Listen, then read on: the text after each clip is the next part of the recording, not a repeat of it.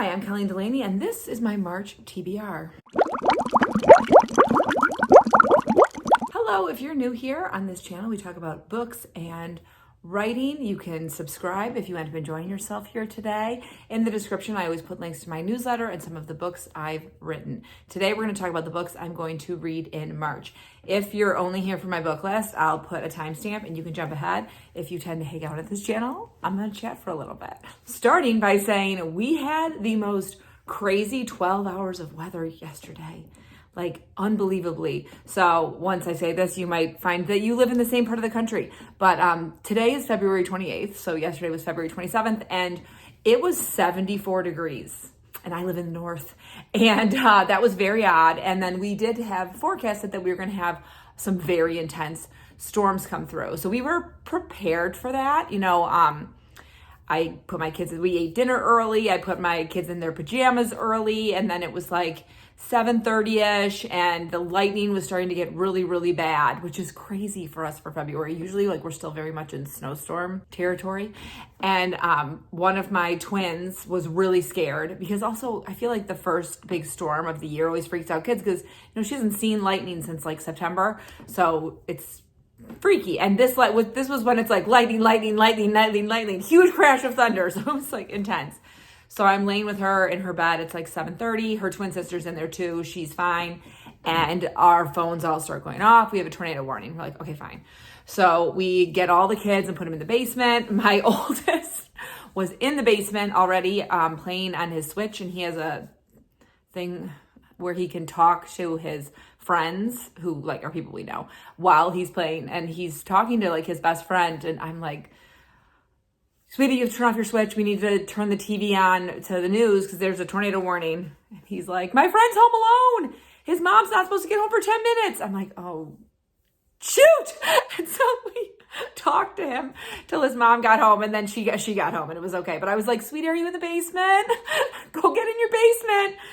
And he obviously is fine. But then our storm ended up being really crazy. And the scariest part was the news kept being like, if you are in our town, get in your safe space, take immediate shelter. Do not walk upstairs to check out this storm. Do not open your bathroom door to see what's happening. Don't go check on any damage. And so my kids were all freaking out, obviously, because that is quite scary to hear. And our sirens in our town, when I was a kid, our sirens were just tornado sirens, which if you don't live in a tornado area, when I went to college in Pennsylvania, the sirens they had the same siren as us, but it was for volunteer firemen to come to the station because the first time it went off, I kind of freaked out that no one else was going inside.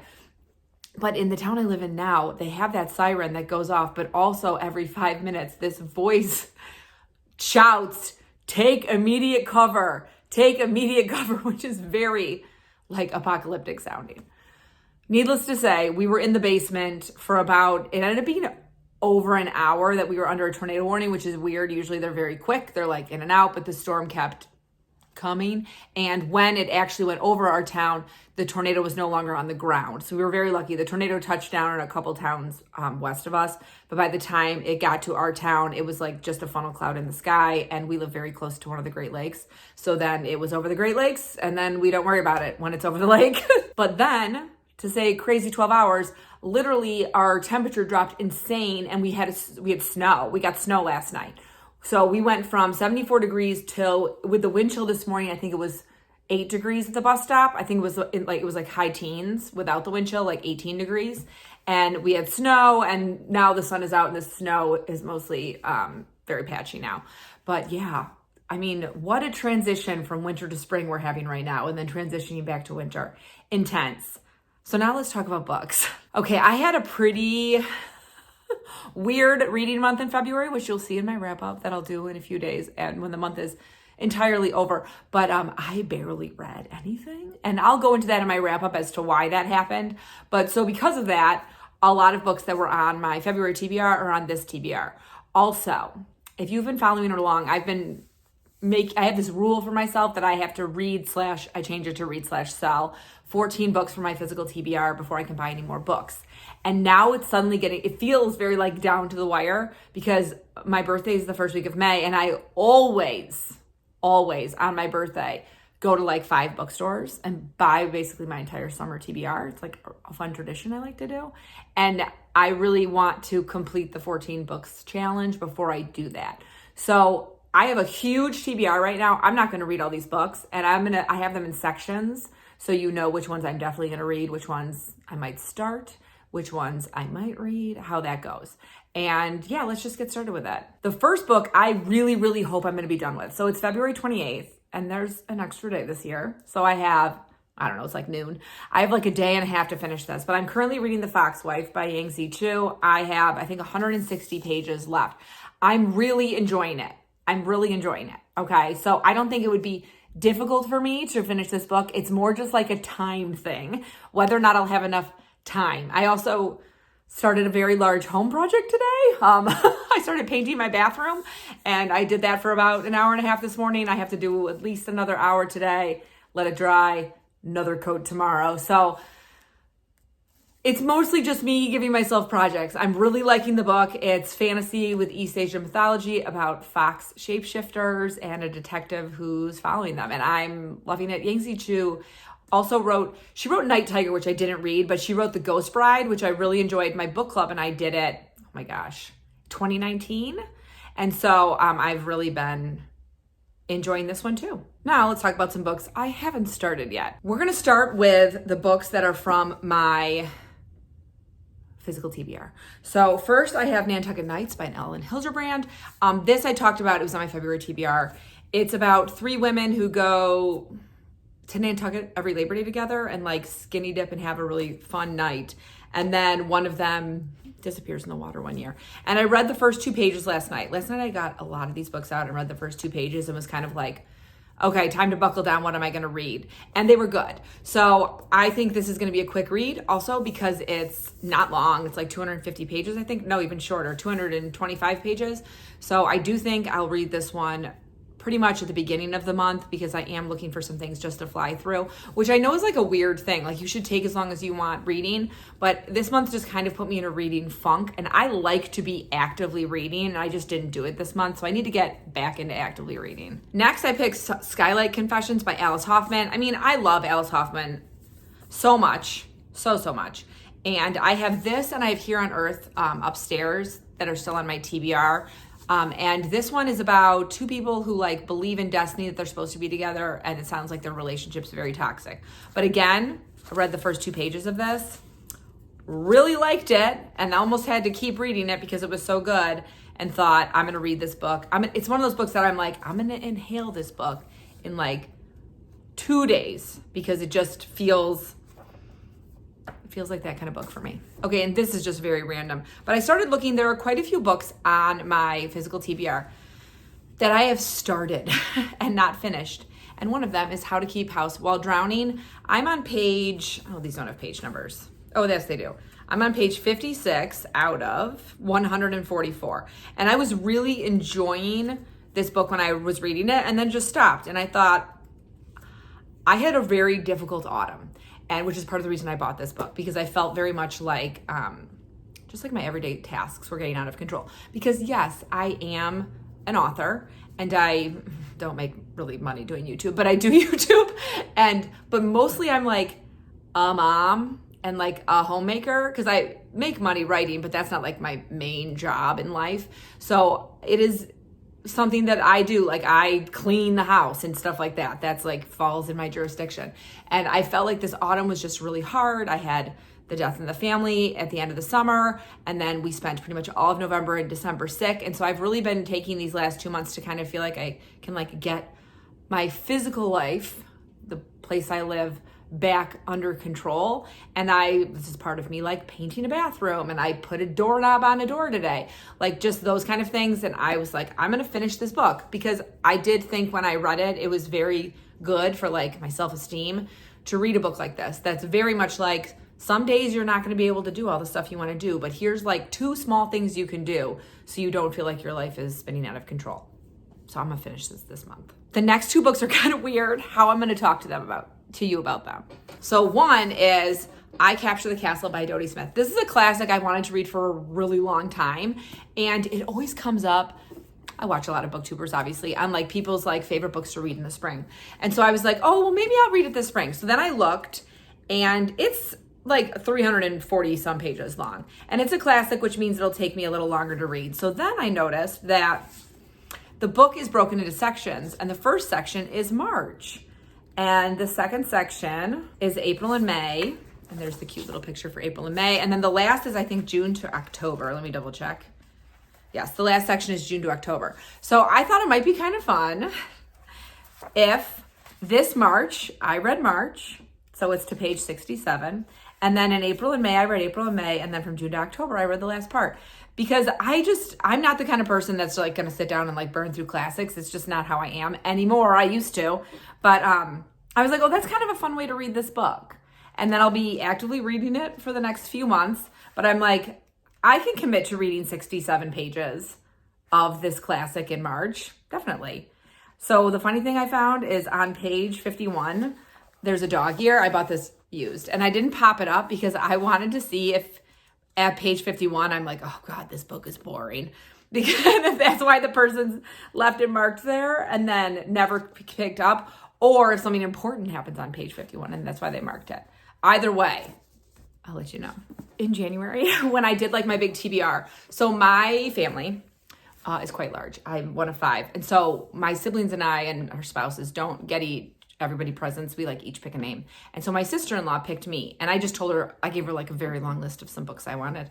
And on Christmas, she was like, I'm so sorry I forgot your present, because I had to hide it because my niece kept opening it over and over. Just my present, not any of the other ones she wrapped, just mine, because she's my special buddy. And she kept being like, I want to open Colleen's present, which did make me feel very good. But then I kept seeing them, and my sister-in-law kept forgetting to bring it. But then finally, at the beginning of February, I got my present, and it's The Wheel of Time, which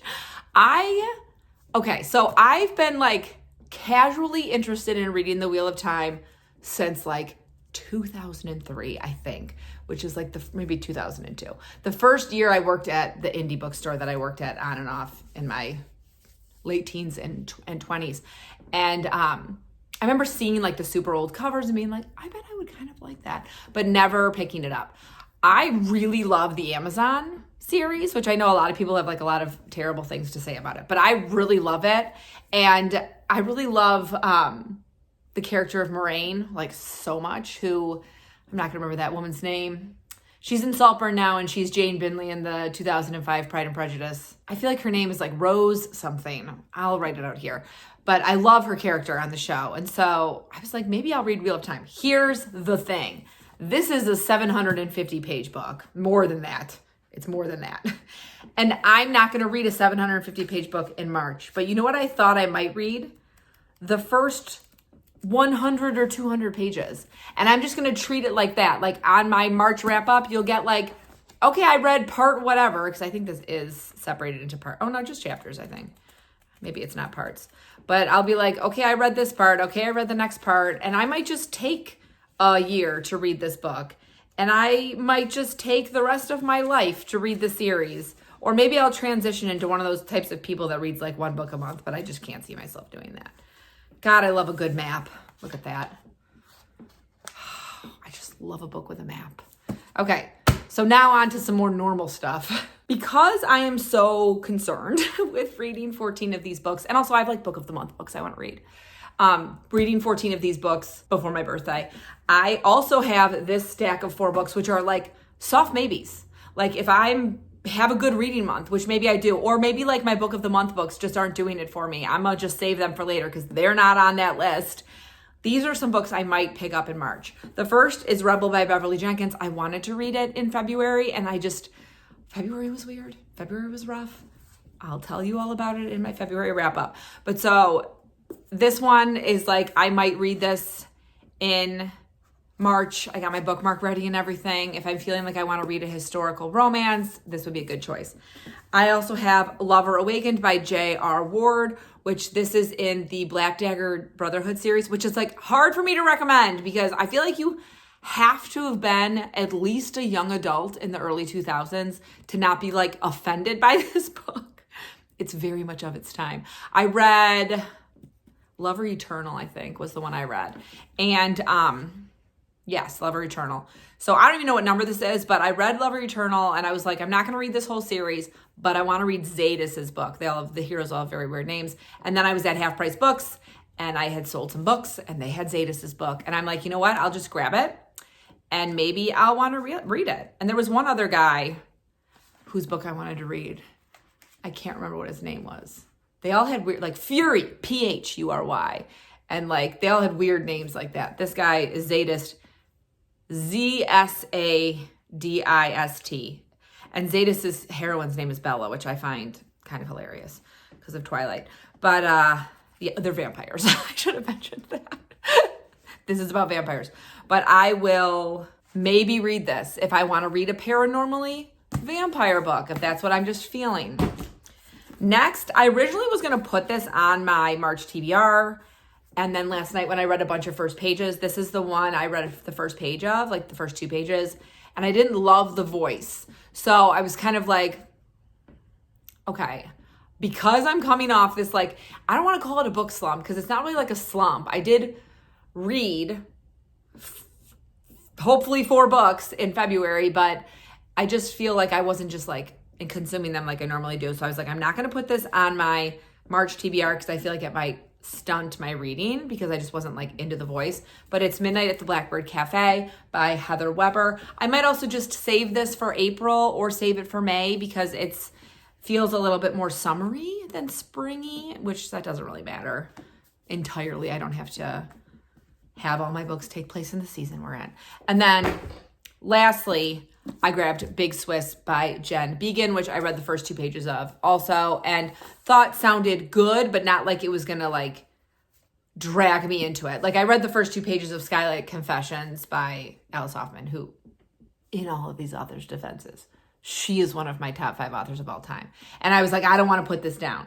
So I didn't feel as strongly about these books, but I'm still putting them kind of on like my tertiary TBR in case I either read a ton, which maybe I will, I don't know, or just the books I put on my main TBR aren't doing it for me, or my book of the months aren't doing it for me. I can grab one of these.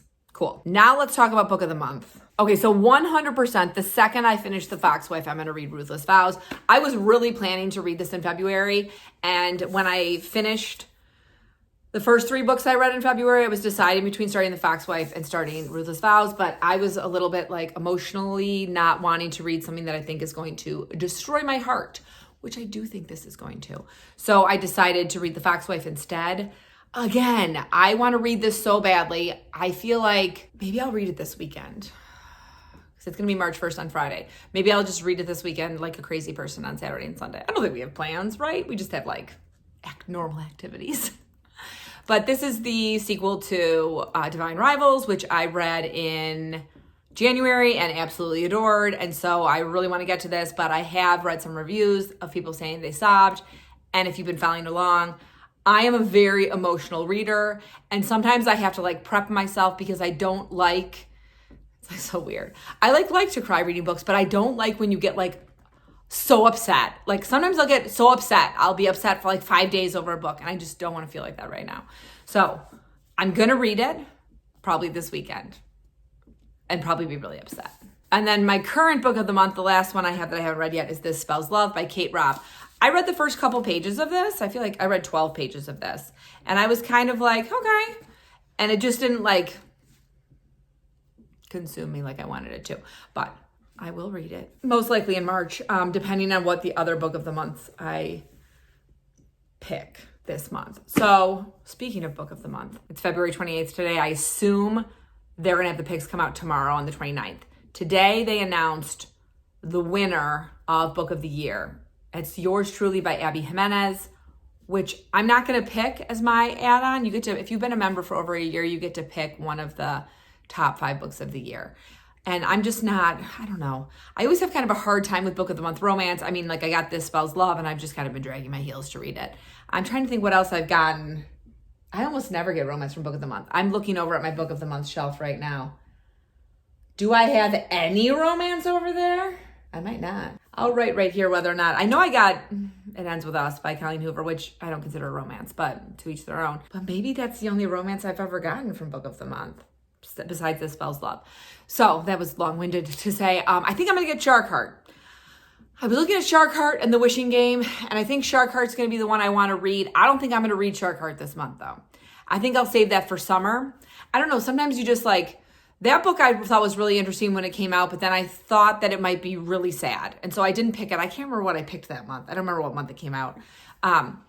So I decided to pick something else. But then when it got nominated, the 5 books got nominated for Best Book of the Year. I already read 2 of them, which I felt very good about. I had already read Wayward, and I had read None of This Is True by Lisa Jewell. I thought Wayward should have won, but it's okay. Good for Abby Jimenez. I'm just not a rom-com reader. But so I think I'm going to get Shark Heart, and then I'm going to get a book. I'm going to get one of the picks or one of the like member faves or whatever, because I want to get my free Book of the Year book. I've had Shark Heart in my TBR for a long time. So hopefully right now I'm going to splice in the picks. I'll tell you about them. We'll see how well or poorly I did on my guesses, which, oh my gosh, if you watched my Book of the Month predictions video, literally like right after I filmed, not right after, like 15 hours after I filmed it, Book of the Month came out with clues, but they were really hard. They were the New York Times game Connections, which I don't play. I play Wordle and I play Spelling Bee. I don't play Connections. And I'm just like not very good at those kind of games. And so I looked at the clues and I'm like, I'm never going to figure these out. But then I Googled some people who had figured it out, and they had 4 different choices. And I got one of them right by that person's guesstimations of what they would be. So I'm hoping it's a 7-book month, and maybe I got 3 out of 7 right. Would that math be correct? I could get 4 out of 7 right. I don't know. I'm not doing math well right now. 1, 2, 3. 1, 2, 3, 4. Yeah, I could get 4 out of 7 right. Probably not. The funny thing is the other 3 books I had like literally never heard of. So I didn't do a great job researching last month. Or this month, I should say. I'll do better next month, I promise. Okay, enough chatting. Let's go to see what Book of the Month had. Okay, Book of the Month has just released. My desk is an absolute disaster right now, and trying to balance my small tripod on it is crazy. I heartily expect for this whole thing to come crashing down. All right, I haven't looked at them yet. Let me open it. Okay, so right away I got a pop-up that says the finalists are here as a BFF. Get any one of the Book of the Year finalists in your marked box for free. What will it be? I'm just going to do that right away because I want to do Shark Heart. So let's add that to the box. And now let's go look at the March books. Number 1 is A Fantasy, A Fate Inked in Blood by Danielle L. Jensen. This is one of the ones that after they released the clues, it was kind of obvious. It says, grab your sword and shield. This epic story of romance and bravery will have you amped up for love in the battlefield. Next is Annie Bot by Sierra Greer, which is a lit fic. A robot's girlfriend's tumultuous coming of age is a gut-wrenching examination of modern romance, agency, and humanity. I don't want to read that. I don't like robots. And then the next is a thriller called Listen for the Lie by Amy Tintera. Keep your eyes and ears open. Someone in this small Texas town is telling a story that just doesn't quite add up. So far, these are all books that the Connections clue that was released after I did my predictions, and then I couldn't figure it out on my own. These are all from that. 4th is Anita Demonte Laughs Last by, someone told me how to pronounce it and now I can't remember. Shoot! Her first name is Xochitl Gonzalez. And this one I did guess correctly. From campus to galleries, this engrossing tale of 2 female artists paints a complex portrait of power and privilege. It's contemporary fiction. Next is a thriller called Kill for Me, Kill for You by Steve Kavanaugh. 2 women out for revenge hatch a plot to help each other, but in the Big Apple, the best laid plans can easily go awry. And the last one is a memoir. Wow. They very rarely do memoirs. It's called Hereafter by Amy Lynn. Grief has its own grammar. This poetic, visceral exploration of the sudden loss of a spouse will rewire your heart.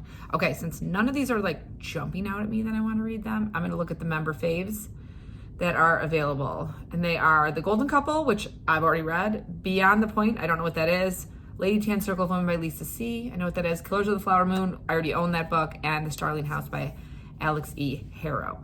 None of those sound good. So I am going to try to pick a book. I did not good this month on my predictions. Let's see if they have any new add-ons. And if I was right any of them. Oh, Murder Road by Simone St. James is added. I was gonna be like, why is that not there? Okay. I'm kind of surprised that's not a pick. And why also that's listed as thriller? Everywhere else had that listed as horror. Should I get it?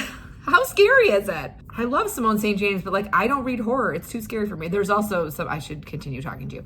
There are some other new add-ons. Bye Baby by Carola Lovernly, which is a contemporary fiction. Happily Never After by Lynn Painter. And I think the other ones were here last month, but it's The Other Valley by Scott Alexander Howard. Grief is for People by Sloane Crosley. The Great Divide by Christina Enriquez, which I thought was going to be the historical. Shoot, I wish that was the main pick. I totally picked that. Gosh darn it. Am I going to get like 5 books? No. This is what's hard sometimes with Book of the Month is I really would like to get The Great Divide and Murder Road, and I'm getting Shark Heart for free. But like then I'd also have to get a pick, and that's like 4 books, which is a lot. All right. I'm just going to add The Great Divide and Murder Road onto my TBR right now. So that's just done, so I won't forget about those books. Okay, let's look at I don't want to read a book about grief. I've had really bad luck the last few months reading thrillers by men who have female narrators. So I don't think I'm going to read Kill for Me, Kill for You by Steve Kavanaugh. And that's just, I don't know. Is this a debut? I've never heard of this author. That's not a debut. Okay, so Anita DeMonte Laughs Last. Maybe that. Don't love the 80s, but the whole book's not set in the 80s. Just part of it is, I think. And also, like, that always happens to me. Like, I remember being like, I don't love the 80s. And then I loved Malibu Rising. Okay, I like this. I like the sample. Let's look at Listen for the Lie. Was it another podcaster? It is. I've been, like, really liking thrillers where a podcaster, because like that was where like your podcaster is your amateur detective in the thriller. So None of This Is True was that, and same with what was that book called? Dark Corners was that as well. And I like both those a lot. So the synopsis of Listen for the Lie is, what if you thought you murdered your best friend, and if everyone else thought so too? What if the truth doesn't matter? After Lucy is found wandering the streets covered in her best friend Savvy's blood, everyone thinks she's a murderer. Lucy and Savvy were the golden girls of their small Texas town, pretty smart and enviable. Lucy married a dream guy with a big ring and an even bigger new home. Savvy was the social butterfly loved by all, and if you believe the rumors, especially popular with the men in town. It's been years since that horrible night, and a night Lucy can't remember anything about. And she has since moved to LA and started a new life. But now the phenomenally huge hit true crime podcast, Listen for the Lie, and its 2 good-looking hosts, Ben Owens, have decided to investigate Savvy's murder for the show's 2nd season. Lucy is forced to return to the place she has vowed never to step foot in again. Content warning for domestic abuse, which I think Anita DeMonte had that content warning too. Did it? Yeah, it's big domestic abuse month. I'm thinking either Anita DeMonte Laughs Last or Listen for the Lie. My chair is very squeaky this morning. I don't know. I don't know what to get. I think the hard thing is I'm kind of lukewarm about both of them. So I'm not going to get both of them because I'm not feeling like I need to read both of these. I'm looking up Murder Road right now on Goodreads to see how scary the review say it is. I mean, I don't mind stuff that's like a little scary, but I don't want to read something that's going to terrify me. This says it's a creepy thriller. How creepy.